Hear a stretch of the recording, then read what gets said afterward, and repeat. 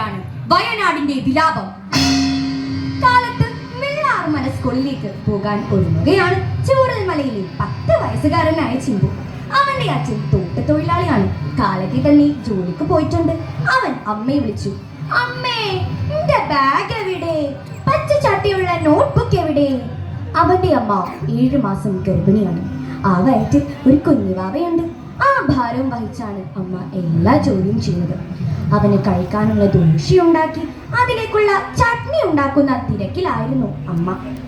അവർ വിളിച്ചു പറഞ്ഞു, അവിടെ നോക്കുണ്ണി, അമ്മ പറയാറില്ലേ പഠിപ്പ് കഴിഞ്ഞാ പുസ്തകം സൂക്ഷിച്ചു വെക്കണമെന്ന്. അവരുടെ വീടിന്റെ പിറകിലൂടെ ഒരു ചെമ്മൺ നിരത്ത് കടന്നു പോകുന്നുണ്ട്. താഴ്വാരത്തുള്ള കരിങ്കൽ കോറിയിലേക്കാണ് ആ വഴി. അതാ ആ ചെമ്മൺ പാതയിലൂടെ കരിങ്കല്ല് നിറച്ച ലോറികൾ മുരണ്ട് വരുന്നത് കാണാം. വണ്ടികൾ ഒന്നായി പോയി കഴിഞ്ഞിട്ടും കോറിയിൽ നിന്നുള്ള സ്ഫോടന ശബ്ദം ഉയർന്നു കേൾക്കുന്നുണ്ട്. ആ കുളിരുള്ള അന്തരീക്ഷത്തിൽ സ്ഫോടനങ്ങളുടെ ശബ്ദം വല്ലാതെ അരോചകമായി തീരുന്നുണ്ട്. എന്നാലും ചൂരൽമല സുന്ദരിയാണ്. ചൂരൽമലയിലെ കാറ്റ് താഴ്ന്നു പറക്കും പൂങ്കാറ്റ്, കുളിരും മഞ്ഞും കാനന ഭംഗി മകനാണിയും നീ വാഴൂ. മാമലച്ചോട്ടിൽ പനന്തത്തകൾ ചിറകടിച്ചാർത്തു പറന്നിറങ്ങി സുന്ദര സൗവർണ്ണ ഭൂമിയിലെങ്ങും കൈവണ്ടിലങ്ങി കളിലസിച്ചു ചൂരൽമലയിലെ കാറ്റ്. ചിമ്മുവിനെ അണിയിച്ചൊരുക്കി സ്കൂളിലേക്ക് പറഞ്ഞേക്കാനുള്ള തത്രപ്പാടിലാണ് ആ അമ്മ. യൂണിഫോം എടുപ്പിച്ച് മുടി കോതി വെച്ച് ചുമലിൽ ബാഗ് തൂക്കിക്കൊടുത്തു. അതോടെ അവന് പോകാൻ ധൃതിയായി. മുറ്റത്ത് സ്കൂളിലേക്കുള്ള കൂട്ടുകാർ നിന്ന് കാത്തു നിൽപ്പുണ്ട്. എന്നാൽ ആ അമ്മ അവനെ പിടിച്ചു നിർത്തി അവന് ദോശ വാരിക്കൊടുത്തു. അതിനിടയിലും തന്റെ ഹീരപ്പൂച്ചയൊന്ന് തൊട്ടൊഴിയാൻ ചിമ്പു മറന്നില്ല. ഹീരപ്പൂച്ച അവന്റെ കാൽ മുട്ടി ഒരുമിക്കൊണ്ട് സ്നേഹം കാട്ടി. അങ്ങനെ അമ്മയ്ക്ക് ടാറ്റ കൊടുത്ത് അവൻ സ്കൂളിലേക്ക് യാത്രയായി. യൂണിഫോമും ബാഗും ഇട്ട് ആ പ്രദേശത്തുള്ള കുട്ടികൾ പുന്നപ്പുഴയുടെ ഓരത്തുള്ള വെള്ളാർമല സ്കൂളിലേക്ക് സന്തോഷത്തോടെ പുറപ്പെട്ടു. പല വീടുകളിൽ നിന്ന്, വിവിധ സാഹചര്യങ്ങളിൽ നിന്ന്, പല പല ഗ്രാമങ്ങളിൽ നിന്ന്, സമ്പന്നനോ കഴിവ് കുറഞ്ഞവനോ എന്ന ഭേദമില്ലാതെ, ജാതി മത വ്യത്യാസമില്ലാതെ അടുത്തുള്ളവർ നടന്നും ദൂരെയുള്ളവർ സ്കൂൾ വാഹനങ്ങളുമായി സ്കൂളിലേക്ക് വന്നുകൊണ്ടിരുന്നു. ചിമ്പു കൂട്ടുകാരോടൊപ്പം പോകുമ്പോൾ കേൾക്കുമായിരുന്നു, എടിയേ ഇന്നെന്റെടി കറിക്ക് മേടിച്ചത്? ഒന്നും കിട്ടിയില്ല ത്രേസേച്ചി. കൂർക്ക കൊണ്ടൊരു ഉപ്പേരി, മുരിങ്ങയ്ക്കായിട്ട് തക്കാളി വെച്ചൊരു കറി ഉണ്ടാക്കി. അത്ര സൗഹൃദത്തിലായിരുന്നു ആ ജനത. ചിമ്പുവും സംഘവും സ്കൂളിലെത്തി. ക്ലാസ് തുടങ്ങും മുമ്പ് അസംബ്ലിക്കായി അവർ മുറ്റത്ത് നിരന്നു നിന്നു. എങ്ങുമെങ്ങും നിറയും വെളിച്ചമേ, എൻ കരളിൽ കുടിയിരിക്കണമേ, എന്റെ പാദം ഇടരാതിരിക്കുവാൻ എന്നുമെന്നിൽ കൃപ ചൊരിയണമേ. പൂവിലൂറുന്ന പുഞ്ചിരി നീയല്ലോ, പുസ്തകം തരും ജ്ഞാനവും നീയല്ലോ, പുല്ലുമാടവും പൂവണി മേടയും തുല്യമായി തരും ശക്തിയും നീയല്ലോ. അന്നത്തെ ക്ലാസ് കഴിഞ്ഞ് അവൻ നേരത്തെ വീട്ടിലെത്തി. പെട്ടെന്നാണ് അന്തരീക്ഷം മാറിയത്. ഇടവത്തിന്റെ ഇരുമ്പലുകൾ മാനത്ത് ഉരുണ്ടുകൂടി. ഒരു കരിമേഘം കഷ്ണം വാനിൽ അരിച്ചു വന്നു.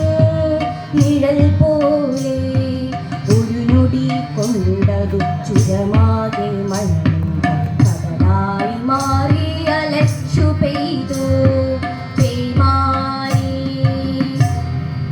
വയനാട്ടിലെ എല്ലാ സ്കൂളുകൾക്കും സർക്കാർ 2 ദിവസം അവധി പ്രഖ്യാപിച്ചു. ആ 2 ദിവസവും കുട്ടികളെല്ലാം വീട്ടിൽ. ചിമ്പു വർണ്ണക്കടലാസുകൾ കൊണ്ട് തോണി ഉണ്ടാക്കി അമ്മ കാണാതെ മഴയത്തിറങ്ങി. മുറ്റത്തിനരികിലൂടെ ഒഴുകുന്ന നീർച്ചാലിൽ തോണികൾ ഒതുക്കാൻ തുടങ്ങി. അവനാകെ നനഞ്ഞിട്ടുണ്ട്.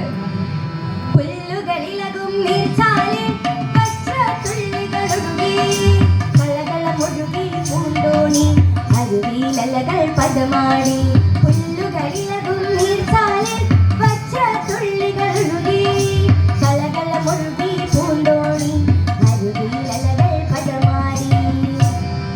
എടാ, മഴയത്താണോ നിന്റെ കളി? നീരിളക്കം വരില്ലേ? പനി വരില്ലേ? ഇങ്ങോട്ട് വാ. അമ്മ ആ നിറവയറും വെച്ച് അവനെ അടുത്ത് നിർത്തി അവന്റെ തല തോർത്തി കൊടുത്തു. ചിമ്പു അനുസരണയുള്ള കുട്ടിയാണ്. അവൻ അമ്മയുടെ വയറ്റിൽ ചിരി വെച്ചുകൊണ്ട് പറഞ്ഞു, അമ്മേ, കുഞ്ഞുവാവ വയറ്റിൽ കിടന്ന് കാലിളക്കണോ? ആ മഴയത്തും കരിങ്കല്ല് കയറ്റിയ ലോറികൾ നാട്ടുകാരുടെ വാക്കുകൾ അനുസരിക്കാതെ താഴ്വര ഇറങ്ങിക്കൊണ്ടിരുന്നു. മഴ കനത്തു പെയ്യാനും തുടങ്ങി. അപ്പോൾ അതേ സമയം തന്നെ ആ ചെമ്മൺ പാതയിലൂടെ മറ്റൊരു ജീപ്പ് ലോറികൾക്കെതിരെ വന്നു. പഞ്ചായത്ത് അധികാരികളുടെ അനൗൺസ്മെന്റ് വാഹനമായിരുന്നു അത്. പ്രിയമുള്ള നാട്ടുകാരെ, ഒരു പ്രത്യേക അറിയിപ്പ്. കഴിഞ്ഞ 48 മണിക്കൂറിനുള്ളിൽ വയനാട് മേഖലയിൽ മഴ കനക്കുകയാണ്. പുന്നിരിമറ്റം, അട്ടമല, മുണ്ടക്കൈ എന്നീ പ്രദേശങ്ങളിൽ താമസിക്കുന്നവർ പ്രാദേശികമായി ഏർപ്പെടുത്തിയ ദുരിതാശ്വാസ ക്യാമ്പിലേക്ക് മാറണമെന്ന് ഇതിനാൽ അറിയിച്ചു കൊള്ളുന്നു. അനൗൺസ്മെന്റ് വാഹനം അകലേക്ക് പോയി. ചിമ്മുവിന്റെ വീട് നിൽക്കുന്ന പ്രദേശത്ത് താഴ്വരയിൽ ഏതാണ്ട് 400ഓളം വീടുകളുണ്ട്. വലിയ ഭയത്തോടെയാണ് ആ അനൗൺസ്മെന്റ് ജനങ്ങൾ ഓരോരുത്തരും കേട്ടത്. ജോലിക്ക് പോയവരെല്ലാം അവരവരുടെ വീട്ടിലേക്ക് തിരിച്ചെത്തി. മഴ മാറുമെന്ന് തന്നെ അവർ പ്രതീക്ഷിച്ചു. വർഷങ്ങൾക്ക് മുമ്പ് പുത്തുമലയിൽ ഉണ്ടായിരുന്ന ഉരുൾപൊട്ടൽ അവരുടെ ഓർമ്മയിലുണ്ട്. 60 പേരെയാണ് അന്ന് ഉരുൾ കൊണ്ടുപോയത്. തീവ്രമായ മഴയുണ്ടായാൽ ഇനിയും ദുരന്തങ്ങൾ ഉണ്ടാക്കാൻ സാധ്യതയുണ്ട്. അത് എവിടെ, എപ്പോൾ എന്നുള്ളതാണ് ഒരു നിശ്ചയമില്ലാത്തത്. ഓരോരുത്തരും അവരവരുടെ വീട്ടു സാധനങ്ങൾ എത്തിച്ചു വെക്കുന്ന തിരക്കിലായിരുന്നു. കോഴിക്കോട് പ്രാവിൻകോട് അയലിലുണക്കിയ കുപ്പായം, ആട്ടിൻകുട്ടി വീരപ്പൂച്ച വിളമ്പും പാത്രങ്ങൾ. കോഴിക്കോട് പ്രാവിൻകോട് അയലിലുണക്കിയ കുപ്പായം, ആട്ടിൻകുട്ടി വീരപ്പൂച്ച വിളമ്പും പാത്രങ്ങൾ. രാത്രിയായപ്പോൾ ചിമ്പുവിന്റെ അച്ഛൻ പറഞ്ഞു, ഏതായാലും ഈ രാത്രി കഴിയട്ടെ, നമുക്ക് പുലർച്ചെ പോകാം. അപ്പുറത്തെ സുബൈദ താത്തയും കുമാരനേട്ടനൊക്കെ നാളെ യാത്ര ക്യാമ്പിലേക്ക് പോകണത്. അങ്ങനെ ആ രാത്രി അവിടെ തന്നെ കഴിച്ചുകൂട്ടാൻ അവർ തീരുമാനിച്ചു. ചിമ്പുവിന്റെ അച്ഛൻ മാത്രം ആ വീട്ടിൽ ഉറങ്ങിയില്ല. എങ്ങും മഴയുടെ ശബ്ദം മാത്രം. തുടികൊട്ടി അലറും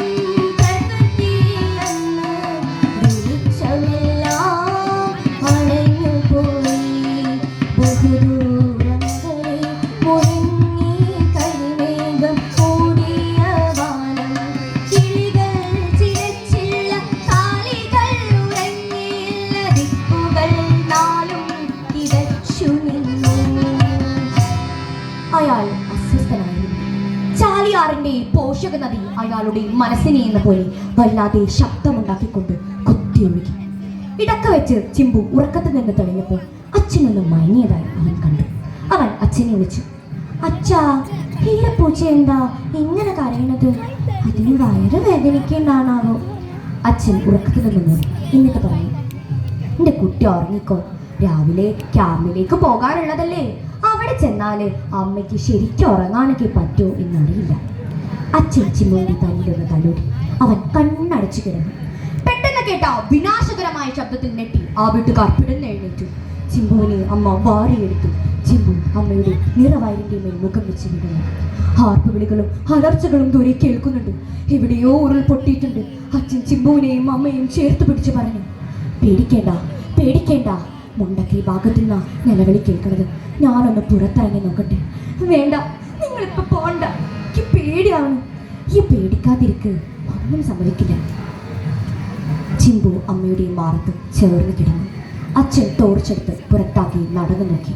കറന്റ് മൊത്തമായി അണഞ്ഞു കഴിഞ്ഞിരുന്നു.